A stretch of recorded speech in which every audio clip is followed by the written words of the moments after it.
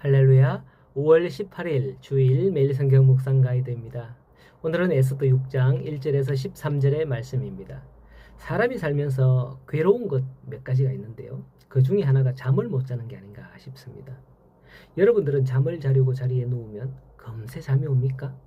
어떤 분들은 체면이 걸리듯이 눕는 순간에 하나, 둘, 셋 하면 바로 자는 분들을 봤어요. 우리 교회 하목사님 그래요.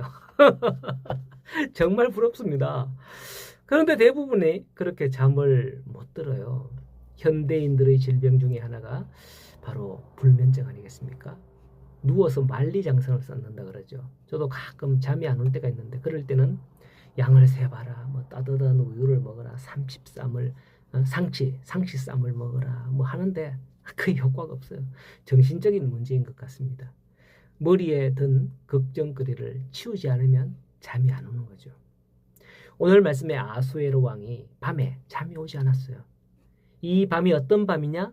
에스더의 잔치에서 돌아온 하만이 아내와 친구들을 모아놓고 높은 장대를 준비하여서 모르드게를 죽일 모의를 하던 날 밤입니다. 내일이면 이제 왕에게 말을 해서 모르드게를 달자 이렇게 할 거예요. 그러면 모르드게는 형장의 이슬로 사라지고 그를 구심점으로 했던 유대인들은 멸문의 위기를 당할 그런 위기에 처한 밤이었습니다.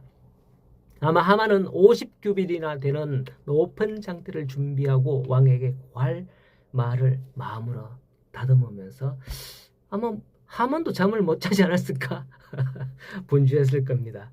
근데 보십시오. 바로 이러한 날 밤에 하나님께서는 아수에로에게 잠을 이루지 못하는 것을 볼 수 있습니다. 다시 말해서 원수 하만이 모르드게를 죽이기 위해 열심히 준비하는 그 밤에 하나님께서는 모르드게를 구원하기 위해서 열심히 준비하시는 겁니다. 왕의 잠을 못 자게 깨우기까지 하면서요. 그렇습니다, 여러분. 이게 바로 우리 하나님의 모습입니다. 우리는 우리 자신의 위기 상황에서조차 그 제대로 인식 못해요. 마치 순진무구한 어린아이와 같이 깊은 잠에 들지라도 하나님은 졸지도 주무시지도 아니하시며 자기 백성을 지키신다고 시편 121편에 말씀하시잖아요. 왕이 밤잠을 이루지 못할 때 왕은 궁중일기를 꺼내서 읽기 시작합니다. 그건 뭐 한다고 그런 걸 읽었는지는 모르겠습니다만은 우연히 읽었는지는 그거는 모르겠지만은 어쨌든 읽기 시작하는 거죠. 그 하나님의 뜻이겠죠. 자신을 해하려는 자들을 적발한 모르드게의 공적을 보게 됩니다. 사실 모르드게가 이 공을 세운 것은 벌써 시간이 5년 전의 일이에요. 이 모르드게의 이 공적은 결코 무시할 수 없는 일이었죠. 그런데도 5년 동안 그 일은 잊혀져 있었던 겁니다. 왕이 그 일을 이제서야 궁중일기를 보면서 알게 된 거죠. 아마도 그게 결코 우연히 그렇게 된 게 아닌가 봅니다. 모르드게가 아수에로 왕을 시해하려는 자들의 음모를 알게 된 것도, 그의 그러한 공이 적시로 보상되지 아니한 것도, 하만이 모르드게를 죽이기 위해 음모를 꾸미던 날에 왕이 밤잠을 설치게 된 것도, 그때 또 해필이면 역대 일기를 읽게 된 것도 결코 우연의 일이 아니었다.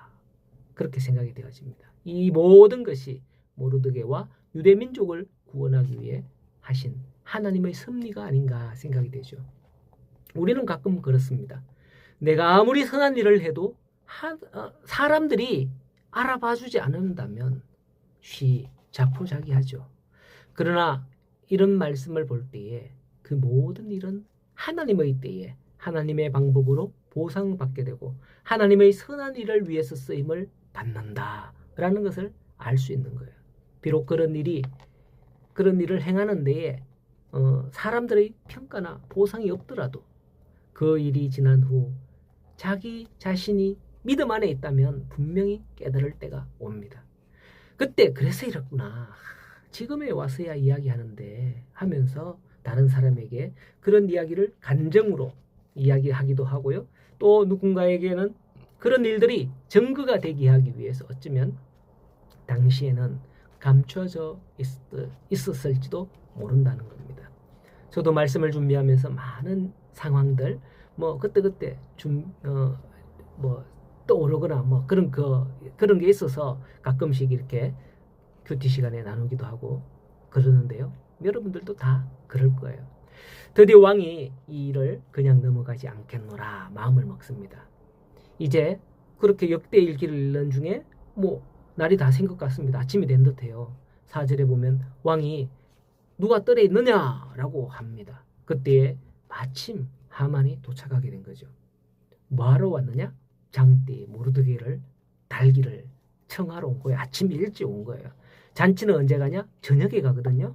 근데 아침 일찍 하만이 모르드게를 장대에 달기 위해서 왕에게 고하기 위해 첫 새벽부터 온 거죠. 진짜 하루만 늦었어도 아니면 하만이 하루만 빨랐어도 어떻게 되었을까요? 생각만 해도 아찔합니다. 하나님께서는 한치 오차도 없이 이 모든 걸 딱 맞추시는 것을 볼 수가 있습니다. 하만이 모르드게를 죽이려는 순간 하나님은 오히려 왕을 통해서 모르드게를 높여주시는 것을 볼 수가 있는 거죠. 왕이 높이고자 하는 사람을 어떻게 하면 좋겠느냐 하는 왕의 물음에 왕이 높일 사람은 자기밖에 없다고 생각하는 그런 교만한 하만의 마음을 볼 수가 있습니다. 높이고자 하는 사람에게 왕의 입는 옷을 입고 왕의 행차대로 하시라고. 이미 그 속에는 자기가 왕이 되어 있어요. 그 교만한 하만에게는. 왕은 그런 하만에게 지시를 합니다. 너는 가서 모르드게에게 네가 말한 대로 행하라 라고 하죠. 모르드게 누굽니까? 지금 자기가 죽이려고 청하려던 그 사람이에요. 예. 그에게 그래 하라 하니까 하만은 어떻겠습니까? 자, 우리는 이러한 사실을 보면서 하나님의 섭리에 대해서 의구심을 가지지 않을 수 없습니다. 하나님은 왜 하만의 악한 계획이 진행되지 않도록 처음부터 막으셨지 않느냐는 것입니다. 그렇다면 모르드게나 유다 민족이 위기에 처하는 급박한 상황이 오지 않았을 텐데 말이죠. 그런데 하나님은 하만의 악한 계획이 진행되도록 놔두셨다가 모르드게와 유대 민족이 위기에 처한 순간에야 그들을 구원하기 위해서 적극적으로 역사하시는 것을 볼 수 있는 겁니다. 이런 과정 때문에 사람들 중에는 하나님을 오해하는 이들이 많습니다. 성도들은 지난 10편 119편의 큐티에처럼 당하는 고통으로 인해서 왜 하나님은 모른 채 하십니까? 불만을 터뜨리는 경우가 많거든요. 그들은 하나님께서 처음부터 악한 자들이 활보하지 못하도록 하셨으면 얼마나 좋으냐라는 것이죠. 그러나 여러분, 우리는 하나님의 섭리가 우리를 위한 게 아니라는 걸 알아야 됩니다. 하나님은 우리를 공경에 처하게 해서 극적인 순간에 짜잔 하고서 나타나셔서 환심을 사기 위함도 아닙니다. 하나님은 가장 적당한 때에 일하시는 줄 믿으시길 바랍니다. 그래서 우리가 기도할 때에도 하나님의 때가 언제냐 그걸 구해야 되는 거죠. 하나님은 항상 우리와 함께 하시는 줄 믿으시기 바랍니다. 결코 모르드게가 장대에 달리기까지 원하지 않으셨어요. 그의 선하신 일에 상을 주시지 않은 건 외면해서도 아닙니다. 바로 하나님의 때가 되시기를 기다리며 그 모든 때에 하나님께서는 모든 일을 합력하여 선을 이루어 가시는 줄 믿으시기 바랍니다. 오늘도 우리에게 주어지는 그 모든 일이 하나님의 역사하시는 방편이 되기를 소원합니다. 무슨 일 가운데서도 하나님의 뜻을 바라며 나아가는 성도들이 되시기를 간절히 소원합니다.